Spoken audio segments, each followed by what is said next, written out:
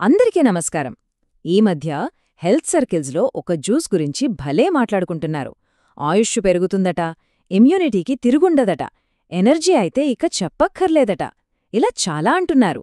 అసలు ఏంటా జ్యూస్? అదేనండి, నోనీ జ్యూస్. కాని ఈ మాటలన్నింటిలో నిజమెంత? ఇది నిజంగా అంత అద్భుతమైనదా, లేకపోతే ఇదంతా జస్ట్ ఒక మార్కెటింగ్ గిమిక్కా? రండి, ఈ విషయం లోతుగా చూసి అసలు సంగతేంతో తెలుసుకుందాం. సరే, ముందుగా అసలు ఈ నోనీ జ్యూస్ ఎక్కడ్నుంచి వస్తుంది, ఆ నోని పండు అంటే ఏంటి, ఆ బేసిక్స్ చూద్దాం. ఈ నోనీ పండు సైంటిఫిక్ పేరు మొరిండా సిట్రిఫోలియా. ఇది మన ఆగ్నేయాసియా, హవాయి, ఇంకా మన ఇండియాలో కోస్టల్ ఏరియాల్లో బాగా పెరుగుతుంది. అయితే దీనికొక ఫన్నీ స్పెషాలిటీ ఉంది. అదే దాని వాసన. భలే ఘాటుగా, అచ్చం చీజ్లాగా వస్తుంది. అందుకే దాన్ని సరదాగా చీజ్ ఫ్రూట్ అని కూడా పిలుస్తుంటారు.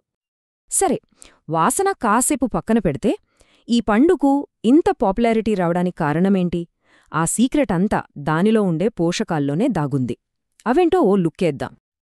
అసలిందులో ఏముందో చూస్తే ఇదొక చిన్న సైజ్ పోషకాల పవర్ హౌస్ లాంటిది. First of all, vitamin C. ఇది మన ఇమ్యూనిటీకి ఒక సూపర్ బూస్ట్ ఇస్తుంది. ఆ తర్వాత యాంటీఆక్సిడెంట్స్. ఇవి మన బాడీలోని కణాలను డ్యామేజ్ అవ్వకుండా కాపాడతాయి. ఇంకా స్కోపోలెటిన్ అని ఒకటుంటుంది. ఇది నొప్పులు, వాపులు తగ్గించడానికి హెల్ప్ చేస్తుంది. దీంతోపాటు హార్ట్ హెల్త్కు అవసరమైన పొటాషియం, ఇంకా మన బాడీని క్లీన్ చేసే ఫైటోకెమికల్స్ కూడా ఉన్నాయి. చూశారా, ఇన్ని మంచి విషయాలున్నాయి కాబట్టే దీనికి ఇంత క్రేజ్. ఓకే, సో ఇందులో ఇన్ని పోషకాలు ఉన్నాయన్నమాట. మరి ఇవి మన హెల్త్కి ఎలా ఉపయోగపడతాయి? అంటే ఈ జ్యూస్ తాగడం వల్ల వచ్చే అసలు బెనిఫిట్స్ ఏంటి? ఇప్పుడు చూద్దాం. సాధారణంగా దీని గురించి చెప్పేవాళ్లు ఒక 5 ముఖ్యమైన లాభాలు చెప్తుంటారు. 1. ఇమ్యూనిటీని బాగా పెంచుతుంది. 2. కీళ్ల నొప్పులు, వాపుల నుంచి రిలీఫ్ ఇస్తుంది. 3. ఎనర్జీ లెవెల్స్ అమాంతం పెరుగుతాయట. ఇంకా స్కిన్, హెయిర్ కూడా హెల్దీగా అవుతాయట. ఫైనల్గా బాడీని న్యాచురల్గా డీటాక్స్ చేయడానికి కూడా హెల్ప్ చేస్తుందట.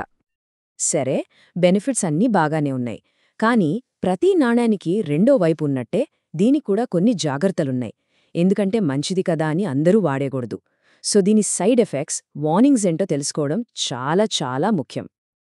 కొంతమందైతే దీనికి ఖచ్చితంగా దూరంగా ఉండాలి. వాళ్ళెవరంటే గర్భవతులు, పాలిచ్చే తల్లులు, కిడ్నీ ప్రాబ్లమ్స్ ఉన్నవాళ్లు, ఇంకా డైట్లో పొటాషియం ఎక్కువగా తీసుకోమని డాక్టర్స్ చెప్పినవాళ్లు. వీళ్ళు నోనీ జ్యూస్ జోలికి అస్సలు వెళ్లకూడదు. ఇది చాలా సీరియస్ హెల్త్ వార్నింగ్, దయచేసి గుర్తుపెట్టుకోండి. ఓకే, ఇంతకుముందు చెప్పిన హెల్త్ ఇష్యూస్ ఏమీ లేనివాళ్లు దీన్ని ఎలా వాడాలి, సేఫ్గా, కరెక్ట్ పద్ధతిలో దీన్ని ఎలా తీసుకోవాలో ఇప్పుడు చూద్దాం. ఇది వాడడం చాలా సింపుల్ అండి. రోజూ పొద్దున్నే ఏమీ తినకముందు, అంటే పరగడుపున ఒక 15 నుంచి 30 ml తీసుకుంటే చాలు. కానీ దాన్ని డైరెక్ట్గా తాగొద్దు. ఒక 100 ml గోరువెచ్చని నీళ్లలో మిక్స్ చేసుకుని తాగాలి. బెస్ట్ రిజల్ట్స్ రావాలంటే మాత్రం కనీసం ఒక 30 రోజులైనా కంటిన్యూస్గా వాడాలి. సరే, ఇన్ని విషయాలు తెలుసుకున్నాం కదా, ఇప్పుడు ఫైనల్ పాయింట్కి వద్దాం. అసలు ఈ నోనీ జ్యూస్ని మన డైలీ రొటీన్లో చేర్చుకోవచ్చా లేదా? చూడండి, మనం గుర్తుపెట్టుకోవాల్సిన మెయిన్ పాయింట్ ఏంటంటే నోనీ జ్యూస్ ఖచ్చితంగా ఒక పవర్ఫుల్ సప్లిమెంట్, అందులో డౌట్ లేదు. కానీ పవర్ఫుల్ కాబట్టే దాన్ని చాలా జాగ్రత్తగా వాడాలి.